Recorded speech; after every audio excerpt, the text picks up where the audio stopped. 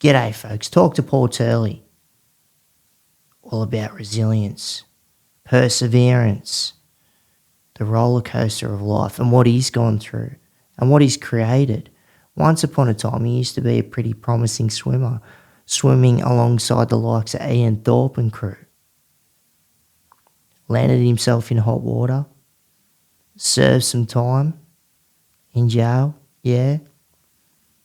But what did he do with that time? What did he do on the other side of that?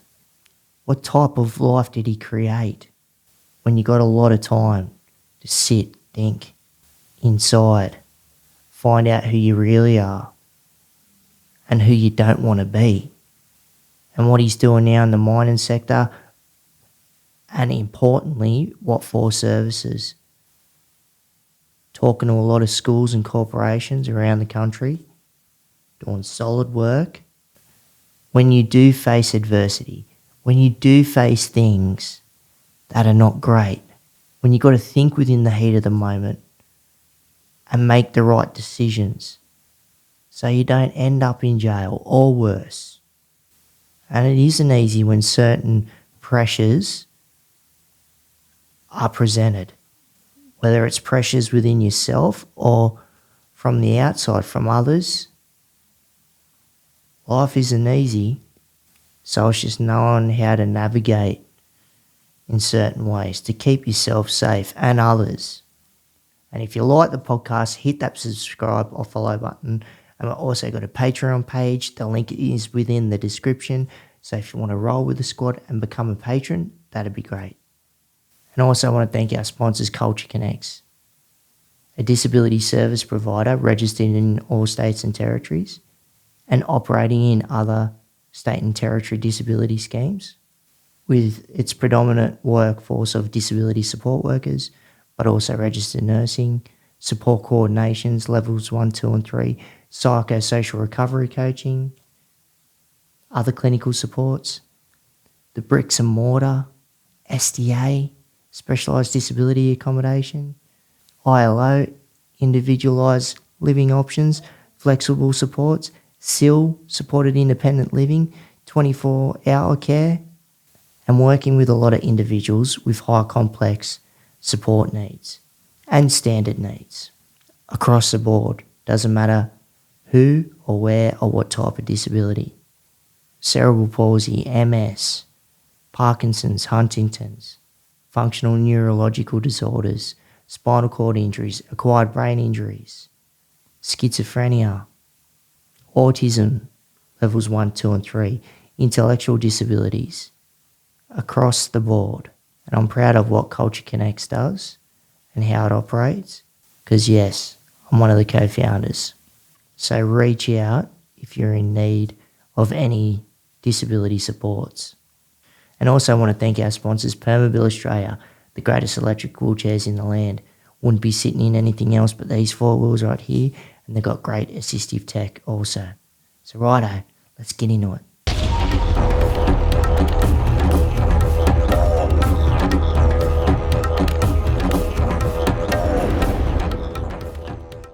Righto, Paul Turley, brother, thanks for jumping on the podcast and getting ready and willing to have a yarn with me, mate. Appreciate it.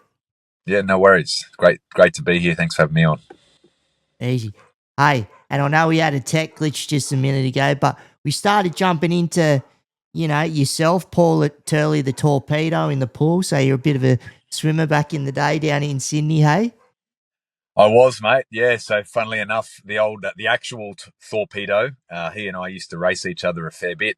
I used to swim at Auburn Aquatic Centre, which was quite a reputable swimming centre near Lidcombe there, only sort of 10 minutes from where I grew up in Western Sydney.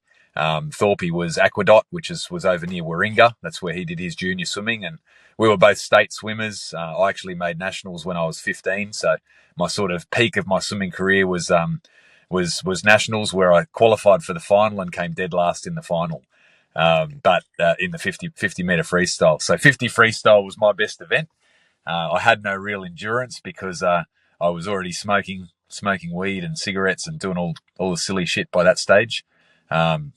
And although I thought it would never I was still winning in the pool in competitions and stuff, and still getting picked for the rugby team. So I thought, mate, it's not gonna affect me. It'll have no effect on me. I'm still winning.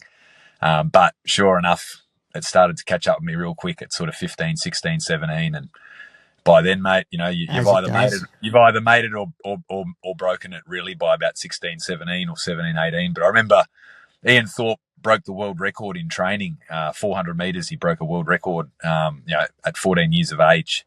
And everyone That's just thought, wild, eh? who is this superstar? So that he was on the world stage then. And made at 14, 15, all I was interested in was sneaking out at night and where I could get my next smoke of weed or, whatever other silly crap we were getting up to every night, So, but yeah, I was clocking 24.9 for the 50 metres freestyle at about 14, 15 years of age, which was about 3 seconds off the world record at the time. So it shows you the sort of level that I was at or potentially could have been if I'd listened to the good coaches, the support that I had from my family. I had great teachers and everything, but I didn't want to listen, mate. I didn't want to listen to anybody. I knew best. I had this big ego and as we'll get into in a minute, I got humbled pretty badly only a few years out of school as a result of it.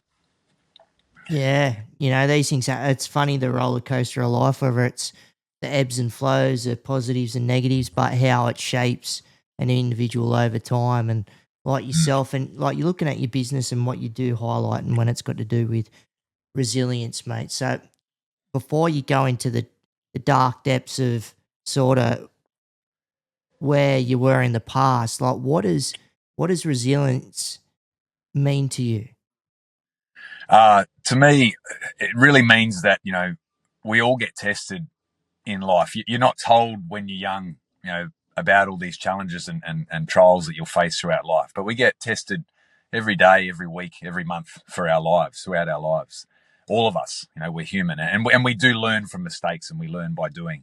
So each time you lose or you get dealt a rough card or you go through something that's tough, that's a chance to build your resilience because you learn from it and you go, right, what can I do different this time? What can I implement that's going to help me get through that next time it happens or something similar, So resilience is knowing that you're going to come up against tough crap and stuff will try and beat you down and you're not always going to beat it at the time, but by going through that, next time you might, and then the time after that and the time after that, you keep building this strength and you build this knowledge and you build this, way of getting through things. And I think that's really important, for all people to try and develop some of that within themselves and realize that, you're not going to get it the first time. Like they say it takes 10,000 goes of something to become a master, to become an expert at anything. That's a lot of failures. That's a lot of times where you walk away hurt, you want to give up, and you want to think, why am I doing this when I suck? Why do I suck at this so bad? But they also say that sucking at something is the first step to becoming pretty good at something, So, for me, resilience is taking on things or understanding that when you're in the depths of a dark time, look for a positive because you'll get through it and then, it doesn't last forever. You'll always get through that tough time and then you've built that strength to be better the next time.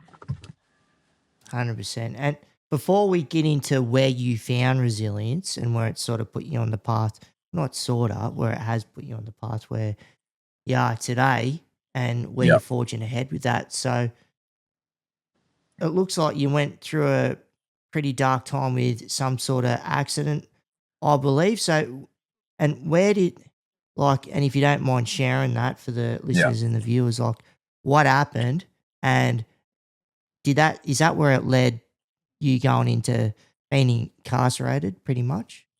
Yeah, pretty much. So, as I said, grew up in Sydney, had a couple of big hits in that sort of really formative age, sort of 14, 15. I had a granddad died, then an uncle took his life, and then my parents separated all within the sort of year or so of each other. And when they separated, I stayed with mum so I could finish off my school for the last few years. Probably shouldn't have bothered. Probably should have got out and got a trade, or if I could have stayed off the weed, should have gone in the army or something like that. But I didn't. I continued with school, which was pretty much just an excuse to muck around. And I loved the sport, but as I said, academically, I wasn't there. I wasn't listening. I wasn't trying. But yeah, so finished school somehow, scraped through with a just meager pass mark, and then couple of years, I tried different jobs. I was always working, so I was always trying to make some money, but I was blowing it quicker than I could get it. We were hanging out in pubs and always looking for wherever we could get the next 20 to buy weed or put some money in the Yeah, yeah. pokies and drink your money away. So we were just going nowhere fast. I was hanging around with a bunch of drop kicks and really just, not leaning on any of the support that was there for me, probably not knowing where to look as well. And it was a little bit of a different generation back then too, 30, we're talking 25, 30 years ago. And As it's that men, culture too with young blokes, just getting yeah, on the piss, like, yeah, binge drinking, all that sort of carry on, like, and yeah, that stuff still continues today. Probably not as bad, I reckon. But yeah, but still, I remember like I'm 40 now, but I remember 20 years yeah, ago, like, people going hard and heavy, like, yeah. you And know, you're right, it does still go on to a point. So statistically, when we were under 18, it was about 71% of people under 18s were either drinking or have tried alcohol. Now it's about 31%. So that's it's been halved. So Jesus. it is a big change. Now you've got new distractions. Now you've got phones, you've got all these other things, vapes and bloody meth and all other things have come in. There'll always be something. There's always going to be distractions. There'll always be new True. temptations out there, whatever it is. But yeah, for me, it was, as I said, hanging around with a bunch of wrong people, not really knowing who to ask or being proud enough to step forward and go, hey, I don't like where this is going. I'm struggling with this. The biggest one for me was ego. As I said, without having my dad living with us anymore to really try and pull me into line, with never being in school, with never really, jigging, swimming lessons and all this sort of stuff and turning up to rugby training half pissed or stoned or whatever half the time, I was just putting all these talents and opportunities that were in front of me, I was pushing them to the side and I was just missing out on everything. And so finished school, was doing these few different jobs and trying to hold it together while still being a smoking weed 3 or 4 or 5 times a day and every night and just being heading nowhere. Basically, I was at a house party on the 31st of December 2004. I'd actually been to the exact same house party the year before. I was supposed to go down south with my girlfriend and her family at the time. But no, I didn't want to go down there and have a family New Year's Eve. I wanted to go and get on the piss and get stoned and do whatever I'd done for the last 3 or 4 or 5 New Year's Eves. So I was at this house party from about 2 o'clock that arvo, smoking weed and drinking VB long necks. They were probably had 6 or 8 or 10 long necks over a 6 or 8 hour period. I don't even know, but I was drunk. I was way too hammered Oh, to it be would have trying been to drive. hammered, yeah. I was pretty hammered. I felt all right because it was over a period of time. But at about 9:30, 10 o'clock, I was trying to ring my girlfriend and she wasn't answering. And, at first I kind of thought, what's going on? For a split second, I might have thought, is she okay? But it wasn't even really about her. It was about me. It was me with my ego thinking, what's she doing? Is she cheating on me? Is she having a better time without me? All these sorts of things. And so it was literally ego and jealousy got the better of me. And I walked around this party and my couple of best mates weren't there. They were smarter and they'd gone somewhere, maybe with their girlfriends or with their families. I was 21 at the time. I got hold of my keys. A few people tried to stop me, but I managed to get hold of my car keys. I was a bit of a scary dude, I guess, a bit of a lanky, scary ex-footy player, athlete. So I was in reasonable shape, although probably 20 kilos lighter than I should have been because of all the weed and not looking after myself. But I must have had this look in my eye and someone gave me my keys and I just wish they'd thrown them in the river or someone had bloody knocked me over the head with a timber or something and we'd never be having this conversation.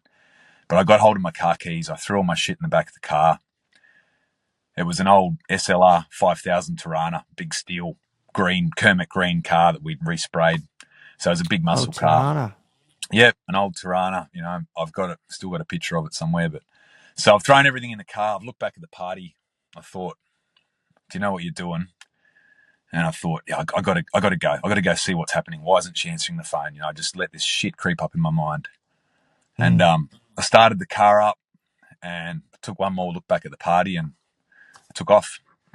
And I was only driving for a few minutes. I remember, we had no smartphones or anything like that back then, so I had the old UBD Street Directory out on my lap. The driver's seat in the car was stuffed. It had actually been broken since I bought it, and I had a golf club from the back window propping up the back of the seat. So lucky that didn't go even worse than it did, as we get to in a minute. But yeah, I'm trying to light up a cigarette. I'm trying to look for the street directory at where I'm going. And within a minute or two, I had no idea where I was because I was in an unfamiliar area. And it all started to catch up with me. I started to feel really stoned, really drowsy. And I'm trying to do all these things. And I've looked up, and about 80 metres, 100 metres in front of me is a set of traffic lights and a T intersection. And I'm doing about 80 or 90. And I was just Yeah, confused. right. I thought I was on the freeway headed south, and I'm like, all of a sudden, I've got to brake. I've got to stop. So I kind of started to brake. I tried to drop a downshift on the column. It was column shift, 3 on the tree. And I kind of looked left. I just thought left or right. Started to turn left. I think the cigarette fell into my lap. The bloody map slid off my lap as I broke.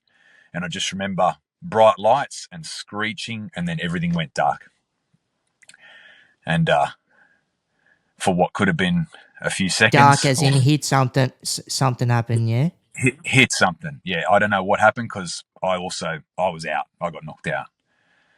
And what could have been seconds or what could have been minutes, I'm not sure. But I came to, and I was sitting in the car, and I kind of realised, you've hit something, you've had an accident, and I thought I got to get out and see what's happened, what I've done, firstly, or see if I can help was one big thought I had, if maybe it's not that bad, and I opened the door. It was hard to get open, but I managed to open the car door, and I just spilled out onto the road. Like I couldn't even stand up. There was just this intense pain in my stomach. So I just lay there on the ground, just wailing, because of this pain. And I heard people trying to help me and talk to me, but I couldn't see any of their faces. I can't remember a single face. And then I remember there was ambos within a few minutes, and I remember being put on a stretcher. I don't really remember going into the ambulance, but I remember being pushed under a big red and white emergency sign into what was Cogra Hospital in Sydney. And that's about all I remember from that night. So the next morning, I woke up at some point in this big white hospital room, and Mum was at the end of the bed. And I tried to talk to her, tried to say what happened, but my mouth felt funny. So my whole jaw was wide shut because I'd smashed my head on the steering wheel during the What, impact. you broke your jaw or what? I cracked, so I had a crack in my bottom jaw. So that was all wide shut, so that was trying to heal. And my mouth was all swollen, my tongue was all swollen up with dried blood. But then I looked down, I had 40 staples holding my stomach together. So I'd had some sort of surgery, but I was alive, And I looked at Mum and I was like, what happened? What did I hit? And she didn't answer me. And I just had this really shit feeling. I said, I hit another car, didn't I? And she still didn't say like your anything. stomach dropped, eh? The fear. And I said, do you know who it is? I still didn't know at that stage. I said, do we know who it is? Are they okay? Can I see them? Can I send flowers? And she just started to cry. And I knew what that meant. And then I just started to cry. And yeah, that was the moment that I realised that my decision to drive that night had resulted in the death of another person.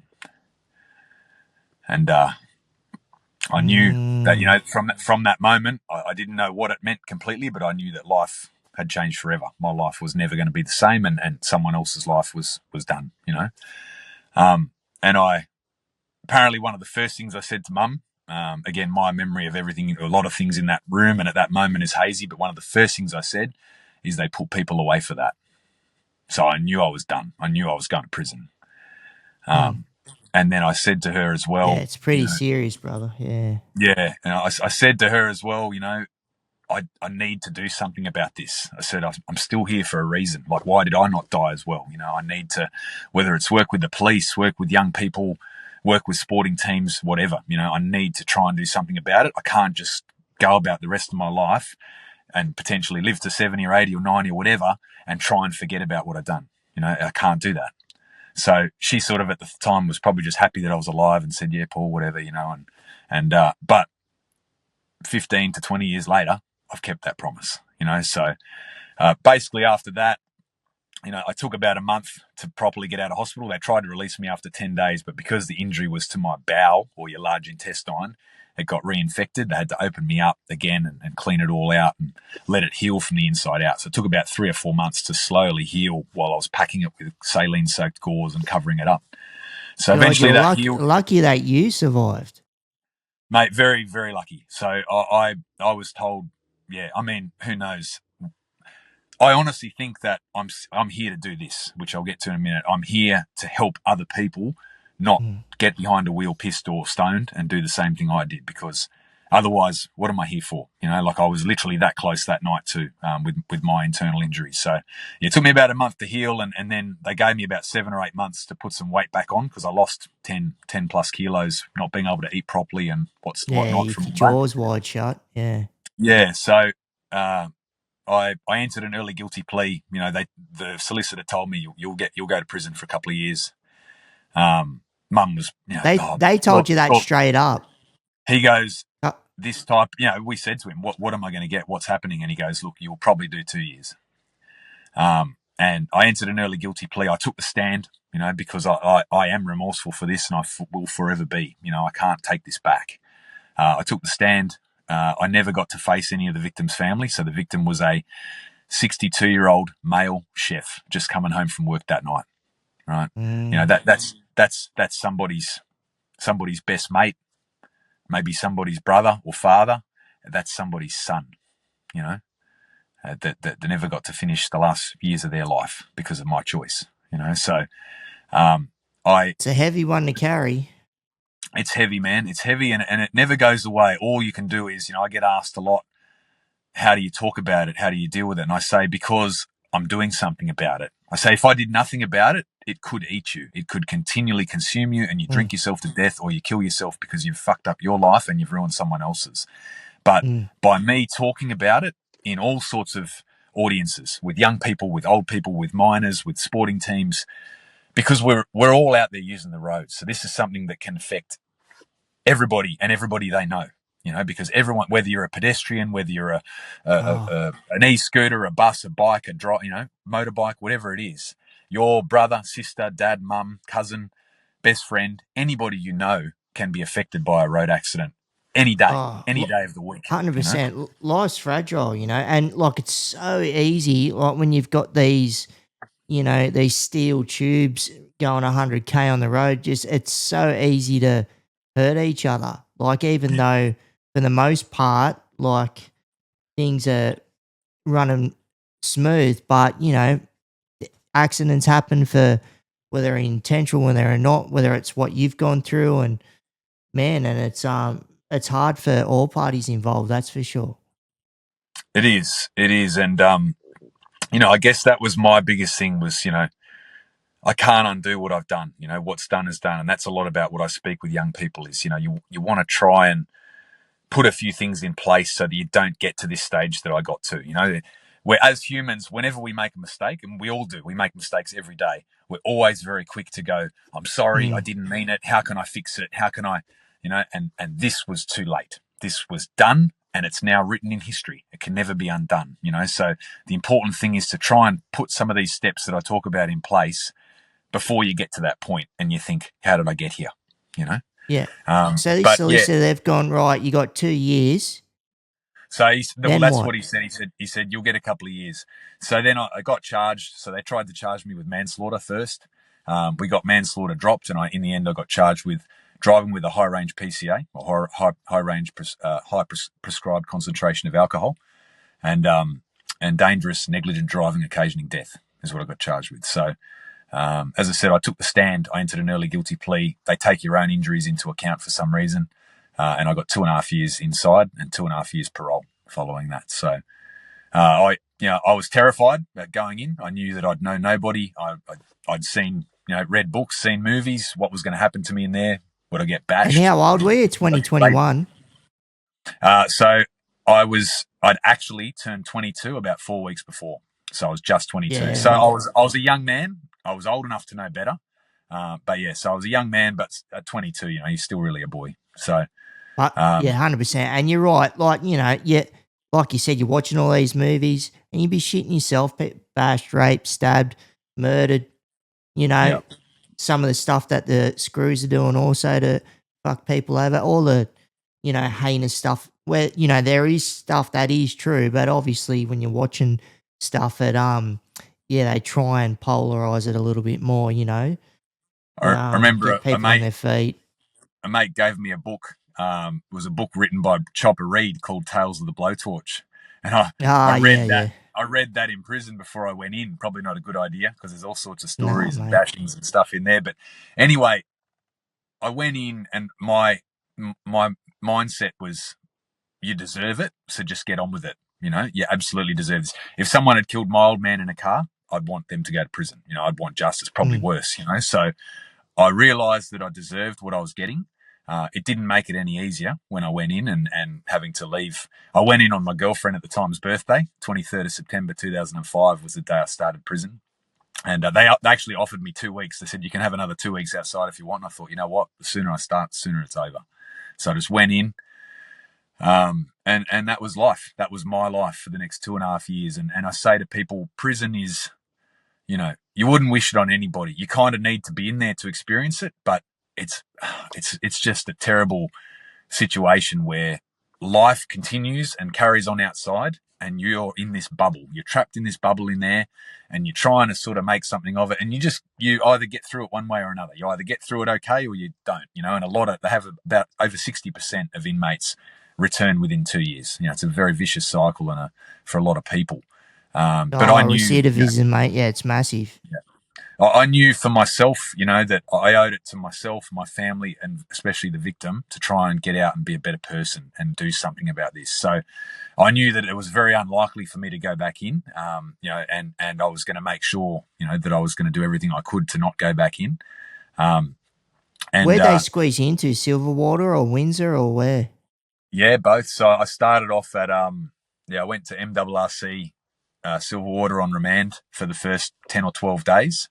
I remember the first day I walked in, I was about 80 kilos, dripping wet, shaved bird, they used to say. Um, I walked in there and they stuck me in this wing. And, you're mixed in with all classos there. You don't know what people have done. They don't know what you've done. I looked around there on the first day and I just So thought, class man. A, so we're So, telling the viewers and listeners it's classified. You so explain that, brother. Yeah, so you get classoed A, B, or C. So A is the worst kind, or E. So E is protection. So if you ever get stood over, or usually people that have done heinous type things with children, or whatever, go E classo, which is like protection. And once you ever bail and go to E classo, you pretty much don't come out because you wouldn't be safe in the general population.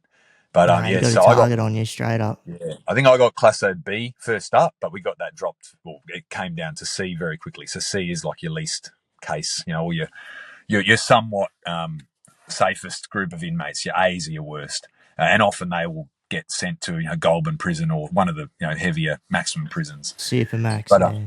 Supermaxes, yeah. So anyway, I went into Silverwater. I didn't feel safe that first day, and I walked straight up to the screw, to the guard, and just said, "Chief, have you got any jobs?" Because I'd heard there's working wings. My tactic was get a job, and that way I spend less time sitting around the wing with people who've done God knows what. And he must have seen the fear in my eyes that first day because the next day they It's moved me good to that one. you knew to do that though, like straight up, just to keep busy and not get in the mix with, some of the people in Gen Pop because you can get drawn into some pretty dark circles.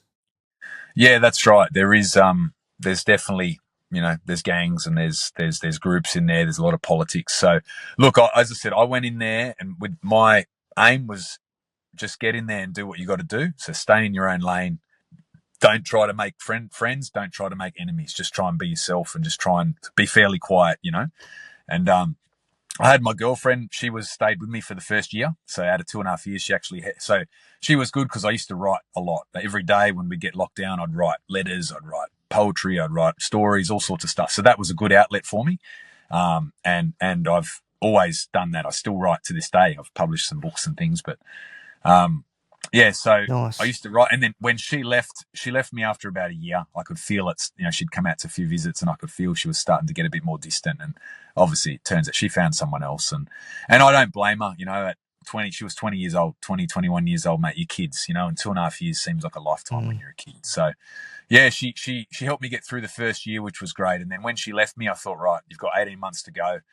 If you're going to get out single, it's time to look after yourself and get out strong and proud, So I remember one really good saying that I've never forgotten. A guy in there that was a bit of a career criminal and from a bit of a crime family.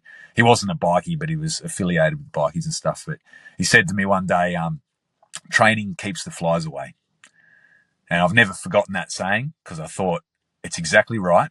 Training of any sort, whether it's your mind, your body, whatever it is, it helps you prepare yourself a little bit better for that tough shit that life's going to throw at you. It doesn't mean you're untouchable, but if you try and be the best version of yourself and try and continually improve yourself in any way, you're going to be slightly better prepared when that shit comes for you, So yeah, training Just keeps say the that flies. if you just broke up a little bit, brother. Training So keeps the flies away, and if you if you're constantly trying to work on yourself and better yourself and be the best version of yep, yourself, you will be that bit better prepared for when life throws those curveballs at you and when tough things come at you, which they inevitably do. That's life, So it doesn't mean you're always going to win. It just means you'll get through it a little bit better and a little bit stronger and learn and go again. 100%. So, what was your overall experience in there? Like, did you just keep your head down and keep working and writing daily? And did you see anything go down there that blew Yeah. you back a bit? Like, Oh, absolutely. Yeah. Some of the things, there's lots of drugs in there. People, using needles, sharing needles, fair few fights. Not too bad. I mean, I don't have other just so I countries. know what people, yeah, like if you've seen X, Y, and Z, so people know what to avoid, because some people that should or shouldn't be in these circumstances, and it's just to give a bit of a warning to people of what the reality of these places are like, because shit can go So, down pretty hard, or people can sometimes have an easy run. yeah, so you can get, I was quite lucky. I nearly had a situation very early on where I managed to avoid a fight. So I was very lucky, and as I said, I tried to just play it the best I could. Um, again, I would say that Australian prisons are probably a little bit better organised than, say, if you were in prison in the States or somewhere like that. At least we're a fairly civilised country with a fairly small jail incarcerated population compared to other countries. But still, there's gangs. There's a lot of time there where you won't get protected. If you find yourself with the wrong people, you can get stood over. So stood over means bashed and robbed for your shoes, your smokes, whatever you might have that someone else doesn't. They just look at you, and if they got a bit of a gang or if they're bigger and stronger than you, mate, they'll just say, "Give me that shit." And there's not much you can do about it, or you'll end up getting bashed for it. So it's a pretty dangerous place. And as I said, there's guards in there that are there to try and look after you and try and keep the peace, but they're outnumbered massively by the inmates. So they're not going to save you all the time. They're not going to be there to protect you. And that's why a lot of people that get themselves into that wrong situation or with that wrong group end up bailing to protection, because they can't, they don't want to get bashed or worse. But the worst thing that I would say about prison, and I sort of touched on it, is the time. You lose this time, and time is the most precious thing we've got. Like it's invaluable, So 100%. whether it's 1 year, 5 years, 10 years, whatever it is, that is a massive portion of your life that is gone, and also that's affecting everyone that does care about you. They're not getting that time with you as well. So, I missed my sister's 18th and 21st birthday, my brother's 16th and 18th birthday. My poor old mum, like I remember she only told me 20 years later, like recently she talked about it. And she said, she goes, I couldn't show my face down the street for like the next 6 to 12 months. I was embarrassed because as soon as I saw people, what were they going to talk about? They're going to talk about your son who is in prison because of what he did. So the Yeah. shame, The shame ripple effect, mate. the ripple effect that I brought on my family, like I hope that what I'm doing now over the next 10, 15, 20 years for the rest of my life can make some of that back, and prove to them that I'm not a bad person. I just made a bad choice, and look at what I'm trying to do off the back of it, because that's all I can do. I can't go back 21 years and undo it. So, I want people to understand that, I've gone through all this, and life isn't all peachy for me now. It's better, and I'm a better person, but I've had to work my fucking ass off to get to where I am now and to still be in this frame of mind and be making positive steps. And I need to continue to work on myself all the time. It doesn't, those memories and those thoughts of what I did, they'll be with me forever. They'll never go away. And, I might be going for a run somewhere or sitting in the car listening to a song, and it'll trigger me, and I'll think of what I did, and I'll think of my victim, and I'm sorry. I'm forever sorry for what I did, and I can't go back and change it, no matter how bad I want.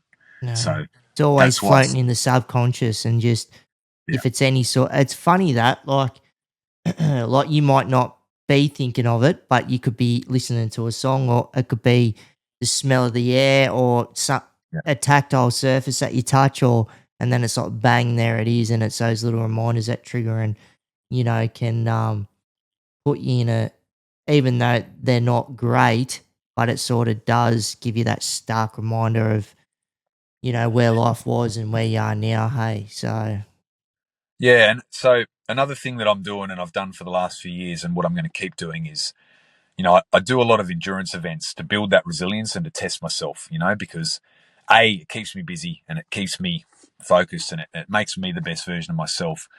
But B, I like to lead by example and show other people, even at any age. I'll be 43 this year. I want to keep doing this for until into my 50s and 60s.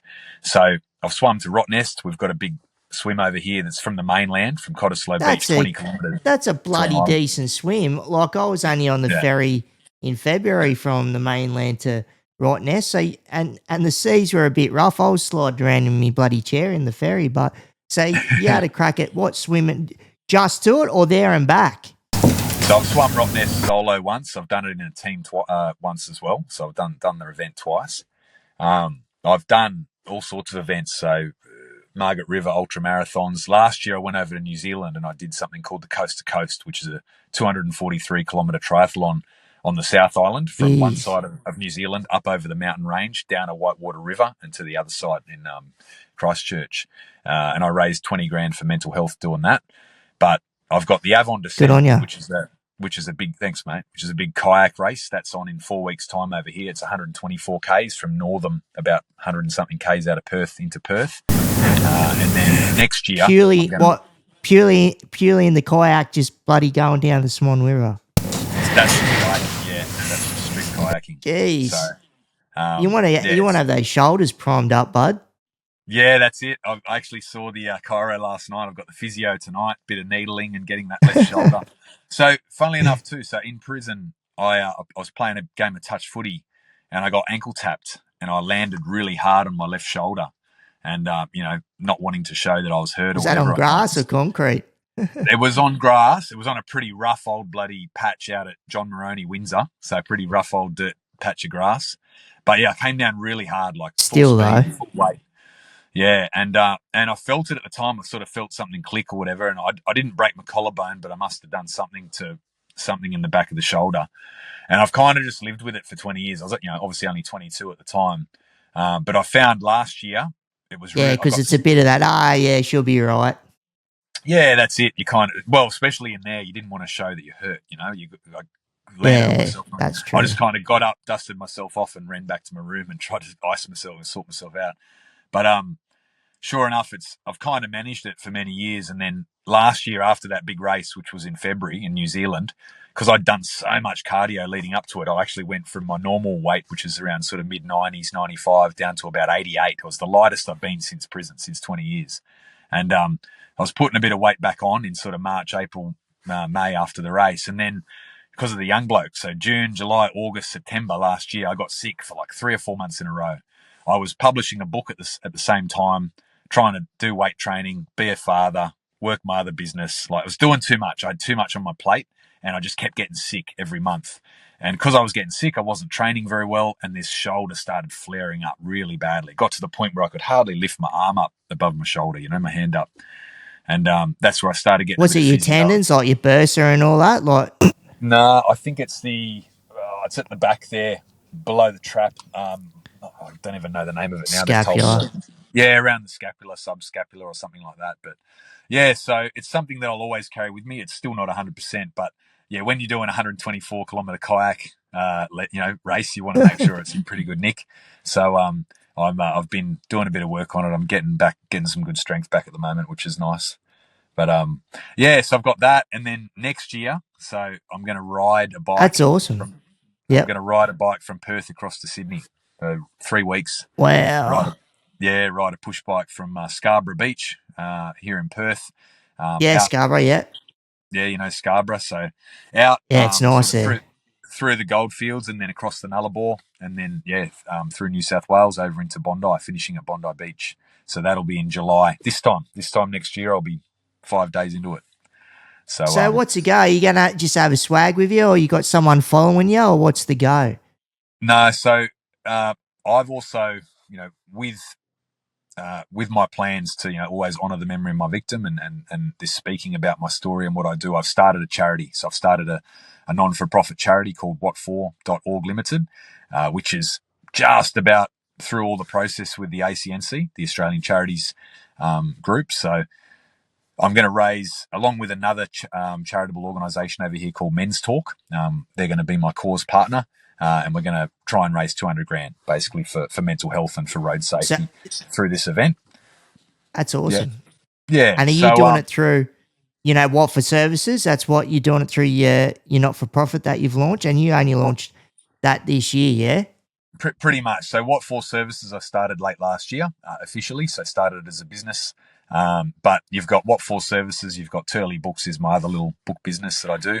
And then what4.org Limited is the charity. So that's going to be the charitable organisation that Well, runs me. Essentially, when you run a charity, you work for the charity. You don't own the charity or that sort of thing. So yeah, that's I'll, right. I'll, Yeah, I'll be director of that charity and I've got my little director, cousin and I've got CEO. a Yeah. few other board members and that sort of thing. So I'm really excited about the impact that that's going to have, particularly with next year's event and moving forward.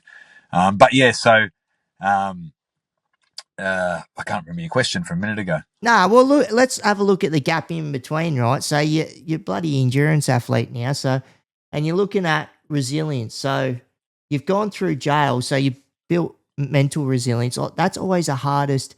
Like you got physical, yeah, but Mm. mental, I think that's a lot harder for people to sort of grasp. Like, where you got to just constantly chip away upstairs, like to build your mental fortitude, and it's not Yeah, easy. You got to keep on top of it. Otherwise, it's like anything. If you don't go to the gym and you're not, hitting the weights or cardio, you end up falling off the wagons. The same with upstairs. If you're yeah, sort of veering off path, it's a different but similar circumstance that can lead into dark clouds or depression, the black dog, and all that's real, and it's yeah. it's hard to not so easy to manage. So prison chipping away, and that's where we talked in the some of the stuff you just kept your head down. So, Mm. and it seems like, do you reckon it fast tracked your maturity in a way? Like, so when you sort of led up to where you knew that time was ticking away, like where you're going to be released, and like where you sort of were building up a plan in your head and just where you want to be and where you don't want to be again? Because obviously you would have seen people go like being released, but same people coming back into prison and going, Mm. fuck that, I don't want to be one of these people going to and from. Yeah, absolutely. So it kind of worked in two ways. I did, as I said, wanted to make up for what I'd done, wanted to try and be the best person I could be when I got out. But still being young as well, one thing with prison, I think, is a lot of people, when they go in, the first thing they do when they get out is want to try and make up for that lost time. So I guess that's why you've got a parole officer, and you quite often do a parole period so they can keep an eye on you Keep you in and make check. make sure you're not going back through the same old process you were before, and try and prevent you from potentially going back in. So Mm. there was definitely a bit of that too. When I got out, the old saying, you feel 10 foot tall and bulletproof. I got out, I was fit, I was strong, I was pretty healthy. I was still young, I was 25, so all I wanted to do was make up for that 2.5 years of my life that I just wasted, not wasted, lost because of my choice. And yeah, there wasn't some great decisions straight off the bat either. I found I was still, Mm. not drink driving, but I was still drinking to excess. I was still, the ego was coming back. All those sorts of things. And I actually, after it was a couple of months, I'll never forget, a couple of months after getting out, and I wasn't Well, you're hitting the trying to gym, find yourself too, and it's trying to just find easy yourself. to, Yeah, yeah, it's easy yeah. to veer off, man. Well, I remember one instance in particular. So, as I said, I was on parole, so I had an ankle tracker on me, I think, for quite a while. Um, Oh, actually, no, I don't know if you had. Sorry, the ankle tracker might have been the last 6 months of my prison term. So I actually got work release. I never got weekend release. So out of F Block in Silverwater, they give you work release, which means you can go out between 6 and 6 during the day and work in an allocated place that they give you, so that you can make a few $100s a day. So that when you get out, you've got a little bit of money there to try and get you by for the first few weeks, which is a good initiative. It gives you that bit of freedom and that bit of reintegration back into society and that sort of thing. But yeah, I never got any weekend release, which was disappointing, and it is what it is. But yeah, so when I got out, a few months after getting out, again, I'd been slipping back into old ways. I was working, but I was drinking, I was partying, and I found I wasn't really, on that trajectory where I'd hope of I'm getting out of here and I'm going to be this great person and do all these great things. And we went out one night, and I remember getting on it, and I just sort of, again, got into that deep, dark place and thought, I need to go back into prison. I thought 6 months ago, I was in prison and I was training twice a day and I was eating clean and I had all these ambitions and goals.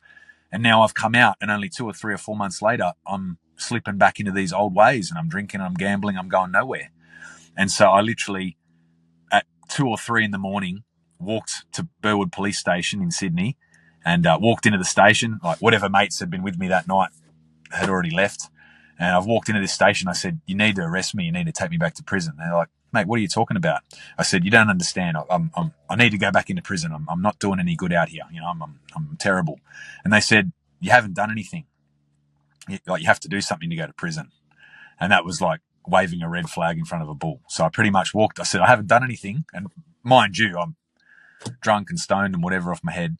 I walked back outside, and I saw the police car. I kicked the lights off the car, jumped up. I put my foot through the windscreen, kicked it. They all came out, grabbed me, arrested me. I said, I've done something now, haven't I? And they took me inside. I was probably very lucky not to go back inside after that. But obviously my mental state was... That's lucky, man. Yeah. So they grabbed me. I think my parole officer must have said, look, he's been on a good track up to this, However, again, I think they did all sorts of things for me, but I had to go. Because you would have went to court for all that crap, yeah? I had to go to court. Again, I was pretty lucky.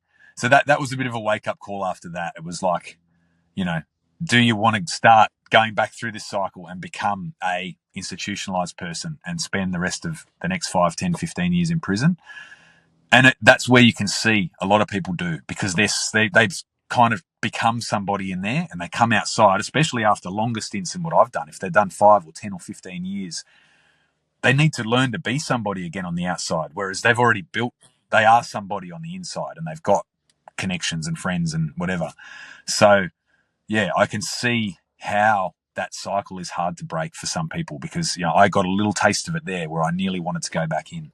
But, as I said, my mum got around me. I got a good job, and my couple of good friends that I did sort of keep through all this stayed with me. And that was it. I turned it around from there, and I started working hard. And then I came across to Perth, I said, in 2011. It's only a year or so later, and doing what that. drew you over west? Because that ain't just around the corner. That's a bloody nearly 5-hour flight west, mate. Yeah, 4,000 kilometres across the other side. So, I'd been offered to go over there when I was sort of 19 or 20, only a year or two before the accident. One of my cousins came over here, and he'd done really well in the mines, and that because the mining's quite big over here. It's big, but good money too. I didn't want to leave Sydney, where all the parties and the drugs and everything that I knew were when I was at that age. So I came across here with my ex-wife. She'd just fallen pregnant, and we were about to have our daughter. And she'd been over here. She's a teacher, so she'd been here before for a few months and knew that her, being from England originally, her teaching qualification was better recognised in WA, and she could teach at any school, whereas in New South Wales she could only teach in public schools. So she was keen to sort of help get me away from all the things that I was doing in Sydney that were really getting me nowhere. All the traps. All the traps that I kept falling into. And we came across here, and, it wasn't easy, but we built a life over here. And, a few years later, we sort of separated, and we've got the one daughter.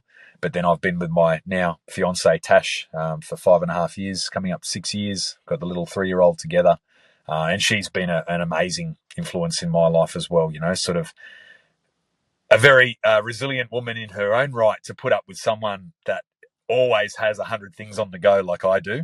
But I guess she can see, Yeah. how important it is for me to fulfill my promise and my ambition to make up for what I did, or do the best at trying to make up for some of what I did.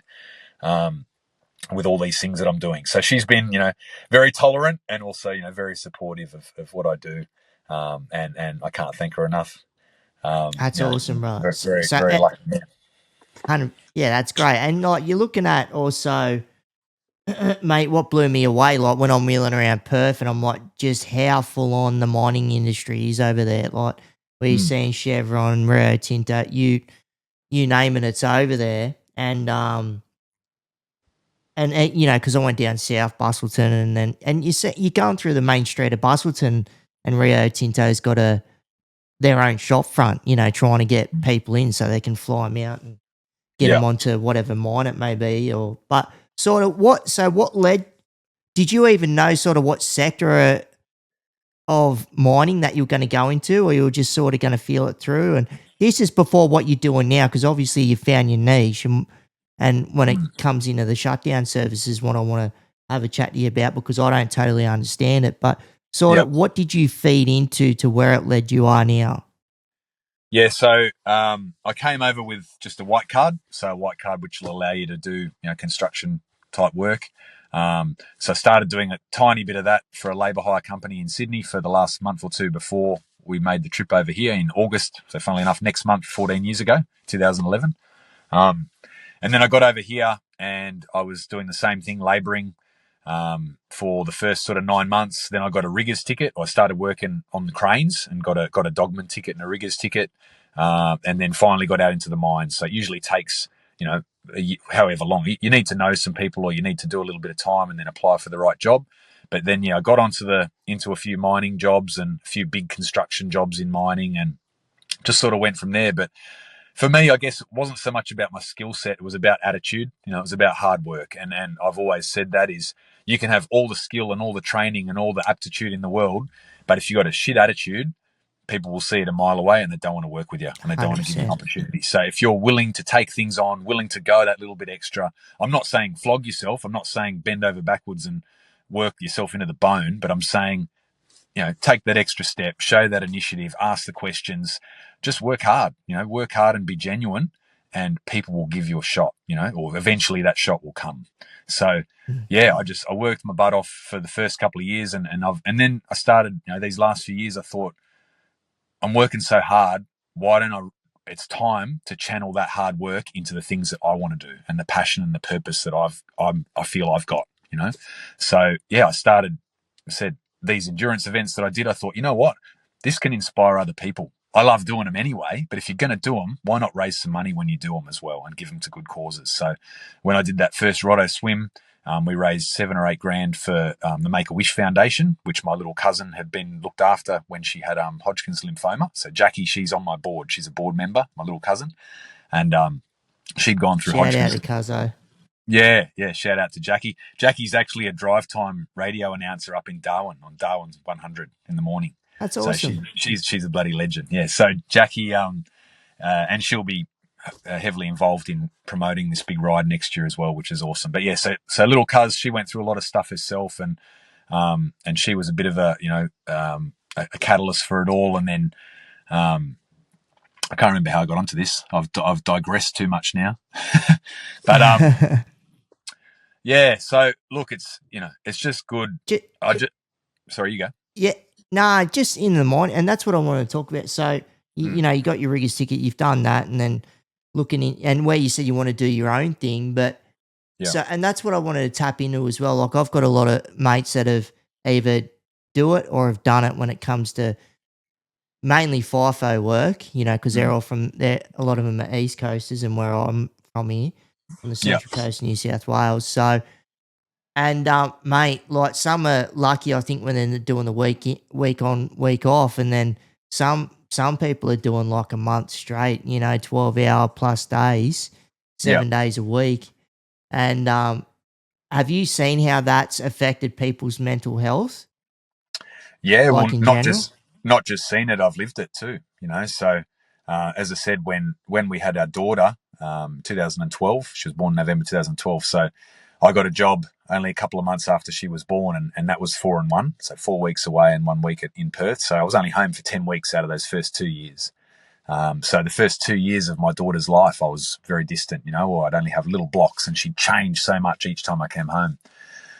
In the mining industry, it has changed a little bit these days. There's very few, they don't really do 4 and 1s anymore. It's more 3 and 1 or 2.5 and 1.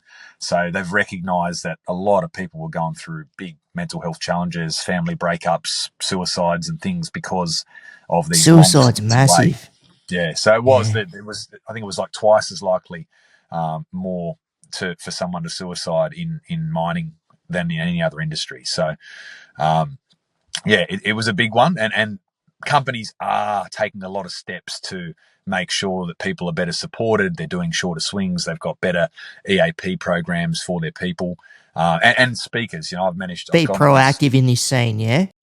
Yeah, that's right. And there's a lot of speakers that go to sites now. I've managed to do it myself once or twice. I'd love to do more of it in the years to come, seeing as I've now got that sort of 12 years in mining and construction as well. So I know firsthand what they go through. Mate, But you're a yeah, decade in. You've paid some dues there, and you're still going through it. So, no, yeah. that's great. Yeah, so look, it's as I said, it is on the improve, and it's on the radar because 15, 20, 25 years ago, it wasn't on the radar. And that's why people, if you had something wrong with you physically, if you had a bung knee or you rolled your ankle or, you something like that, they were quick to fix you then. But now they're realizing that it's the mental that has to be working first and foremost before the rest of it can operate well, So at least they're now recognizing that a lot more these days, which is great. But yeah, we need to keep pushing that and make sure that, people are going up there and keeping those mines can't run. Those shutdowns can't happen. Those things can't happen unless the main asset is the people that are up there doing it. So if they're not looked after, 100%. that's right. So, And what did you see, like in yourself, like to go, right, well, I need to sort myself out because I've got to be, because to be a better operator, like not just in work life, but when you're going back home, like as husband, father, and everything in between. yeah, that's right. So all of a sudden, again, it's down to time. So you're away for a big period of time. And when you come home, you've only got a set period of time with your family. So, Yep. you don't want to waste that being pissed or stoned or hungover all the time. They deserve the best version of you. They deserve your time, your quality time, So I still try and balance these days, all the things that I've got going on with just slowing down a little bit, and trying to be present with them and spend some time with them. So I only flew back in from a small job last night. I just left the phone. I didn't even charge the phone. I let the phone die, spent some time with my partner, spent some time with my son. And I'll try and do that as much as I can for this next 10 or 12 days while I'm home before I go for another small job. So at the moment, I'm still juggling a few FIFO jobs, because what for services and the charity and all the other things they're building, but they're not quite there to be the only thing that I do at the moment, but they're not far away. I think the amount of schools and stuff that I've been speaking to this year. So, I did my first school in February this year, Hale College, which is a big private boys' school in the city. And then I've done a lot of Nice. regional ones, which is great too. So I love speaking out in the regional schools because, they need that message just as much, if not more, than in the city. That's where statistically more accidents and things happen because, they're a little bit out of sight, out of mind out there. And it's a bit of a cultural thing. Maybe it's been happening for years, the drink driving and the relaxed attitudes towards road safety and speeding and all that sort of thing. So, I went and did a big one out at Narrabeen, which is about 3 hours directly east in the wheat belt, last week or the week before. So this year I've done about 15 schools at the moment. And I've got another 6 or 8 lined up and whatever else comes in the rest of the year. And next year and the year after and moving within the next couple of years, I want this to be what I do. I want to be speaking to all different groups, sporting teams, schools, mining companies, businesses, whoever it might be at events, because as I said, we're all out there using the roads in one way, shape or form. And every decision that you make out there, can affect other people, can affect people you love, can affect complete strangers. So people just need to be a bit more sensible about what they're doing out there and be a bit more organised. If you're late, be late, mate. It doesn't mean you have to do 10, 15, 20 Sick. kilometres over the limit. Like, you're not the only one out there. Think about the other people on the road as well. You know what I mean? Like everyone's in a rush these days. Everyone's so bloody Oh, mate, I hate on it. their own. You know, you're sitting there on the freeway and you're sitting there on 100, and there's guys doing 120, 130 flying past you. It's like, mate, all it takes is one person to move in front of you, and you're both you're gone. You know, or they're gone.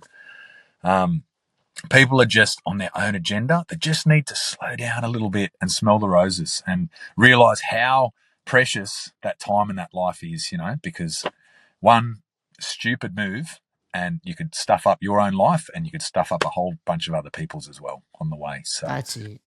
And the yeah. more I've removed myself from driving up and down, because I used to travel from the Central Coast of Sydney for a long time, mate, like 15 years. Yeah. So, Yeah. and then I've been working up on the Central Coast with my wife and I running our own business and Yeah. still pinch myself. I'm only down the road from where I work to where I live. But Yeah.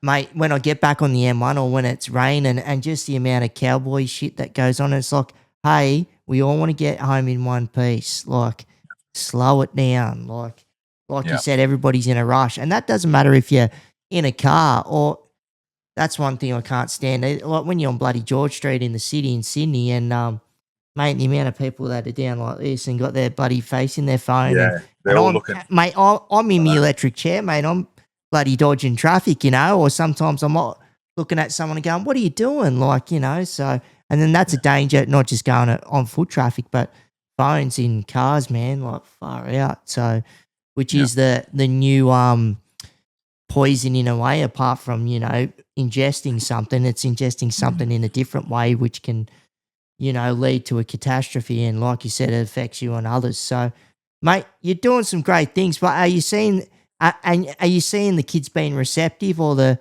sport teams and people that you're talking to taking it seriously? And it's good that you're talking to schools because they're starting to get their piece, partying's still going on. So if Yeah. you can just, if what you say makes effect, that you might have a bloody room of, say, 100 kids, but if it does sort of get into the back of the mind of, X amount of kids, that's something, you know? Yeah, well, I learned very quickly when you're talking to any audience, you know, whether it's 3 people or 3,000 people, you got 30% are all ears and really interested in what you got to say. You got 30% that are on the fence and maybe swayed, and you've got 30% that don't really give a shit how good a speaker you are or how good your content is. They're already doing it and they're not interested. But if you get through to one person, it's worth it. Or if you save one life every time I speak, it's worth it. Yeah, a few times I've spoken to waffle teams, which is like the feeder clubs, the AFL, and that sort of thing, and had a young guy come up the first waffle talk that I did, and he said, "Mate, I'll never forget what you said tonight." And I just, you know, um, that was beautiful. You know, it was perfect because I knew I'd got through to him and hopefully saved him and maybe his friends or something one night. You know, and I've had amazing feedback. So again, me with the technology is not great, but I had a Google Doc made up, which is a bit of a feedback form, which I deliver to nearly all the schools and things that I speak to. And I'm looking to share that with, I've got a meeting in 4 weeks, actually. It was supposed to be 4 weeks ago, but trying to pin down one WA minister is hard enough, but I'm trying to get Reece Whitby, who I know quite well, the road safety minister, and Sabine Winton, who's the current education minister. So I'm having a meeting with those two to show them all this feedback that I'm getting and prove to them how important this message that I'm delivering is, especially in the regional areas where they don't really have much of a budget for this type of thing. But that's what I want to do. As I said, later this year, next year, for the years to come, I just want to keep sharing my story in the knowledge that it will help save some lives. We don't know how many. It could be 2, it could be 2,000. We don't know, but it's worth it if it just saves one. You know, so 100%. Boots on the ground, man. That's doing that. And if you're being vocal about it, like you said, if it does save one or that at the waffle team or whatever it was, if old mate, if he's, at that party or after the grand final, they get a winner and you got someone going to take the wheel, be like, nah, give me your keys, bud, So yeah, anything like that, it's funny. And that's the ripple effect again of how that just transfers through life experience, whether it's at schools. And hey, are you going to look at expanding outside of WA as well? yeah. Like I with already what you're have, doing mate. for Waffle I Service? I already have. So obviously, being Oh, from not Sydney, mucking around. Settle down. yeah, I know. So I went to Sydney in May, and I went again last month. So I've done 3 high schools in Sydney, and I've got another 3 or 4 in November and December. I've also going to Melbourne next month to a school in Niddry, which is about 40 minutes out of Melbourne. My dad lives in Melbourne these days, so I'll go down there and stay with him and speak to that college 19th of Nice. August. And then I've actually got one in Canberra as well at the end of the year. So I'm expanding quickly. I'd love to take it up into the north as well, because the Northern Territory is actually statistically the worst state in Australia. So WA is the second worst for road fatalities per capita, maybe because it's the largest landmass and it's very expansive with lots of big regional areas. And as I said, regional areas are the worst for it. Really, statistically, that's where it'll happen more so than the city. But Northern Territory is actually the worst. So I want to do some in the Northern Territory. I've been speaking to about 5 high schools in Queensland, but I haven't quite locked anything in yet, but I'm sure it will come in time. But yeah, that big meeting that I've got in 4 weeks, hopefully I can convince the WA government to get behind me in some capacity so that I can continue to deliver this message every day, wherever I can, all over the state and then hopefully all over the country. Well, brother, WA is your home state now, but like if they can see that you're already tapping into back over on the East Coast, but I think, and it's a good, not, I wouldn't say niche as such, but just like we're all on the road, right? So whether it's, car, bike, manual bike, run it, whatever. So it's just being safe and just keeping mindful of the realities of things that can happen. But is there anything else that you want to put out there, or what's on the horizon for Paul Turley, mate? Yeah, look, as I said, people always think of the least sort of consequence, especially young people. They're worried about the car getting taken off them, or, maybe they'll lose their license for 3 months or 6 months, or have to go back to red peas, or lose, and explain to their girlfriend or their mum why they copped a big fine or why they got into trouble. But they're not thinking that they're going to be sitting in a prison cell like I was and have to deal with the mental anguish of what you did for the rest of your life. That's a real consequence that can happen to anybody if they want to make stupid decisions behind the wheel. So yeah, that's my message, is just really think about what you're doing. Surround yourself with the right people. If there's people that aren't on the same trajectory as you and don't want to see you at your best, you don't need them in your life. And there's a lot of things you can do to be that best version of yourself. Life is too short to be bloody pissed and stoned and hungover all the time. It really is. Especially at that young age, you think you've got all the time in the world. I guess for the older people, it's never too late. I'm showing that in your 40s, or I'm mid 40s now, you can still do anything. If you've got enough passion, you got enough drive, and you got goals, you can run across New Zealand, you can ride across Australia, you can start a charity, you can inspire others. So there's no end to what you can do. You just need to have passion and purpose and drive, and lean on that support. You don't have to do it all yourself either. Just find those people that support you and have your corner and have your back, and you can achieve amazing things together. Brother, well said. If people want to get in contact with you, where can they find you? So I've got my website is www.whatforservices.com. They can also email me, which is paul@whatforservices.com. Otherwise, I'm on LinkedIn, I'm on Instagram, Facebook, all those things. Love to have a chat. Love people to follow what I'm doing, and just stay safe out there, and look after each other and look after themselves. Well said. Righto, brother. Appreciate the time, and we will speak soon. Thanks so much. Cheers, Jake. Cheers, mate. Beauty. See ya. Solid yarn, folks. Good fella, Mr. Paul Turley, and what he's doing in the community, and just trying to plant the seed and divert people into the right direction. Just thinking before taking negative actions that is going to implicate yourself or others. Doing solid work, brother. Keep it up. And if you like the podcast, hit that subscribe or follow button. And we've also got a Patreon page. The link is within the description.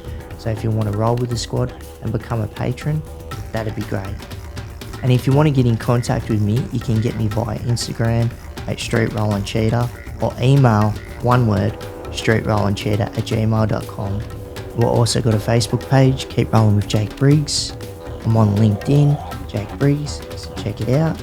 And I also want to thank our sponsors, Culture Connects, a disability service provider registered in all states and territories and operating in other state and territory disability schemes, with its predominant workforce of disability support workers, but also registered nursing, support coordinations, levels 1, 2 and 3, psychosocial recovery coaching, other clinical supports, the bricks and mortar, SDA, specialised disability accommodation, ILO, individualised living options, flexible supports, SIL, supported independent living, 24-hour care, and working with a lot of individuals with high complex support needs and standard needs across the board. Doesn't matter who or where or what type of disability.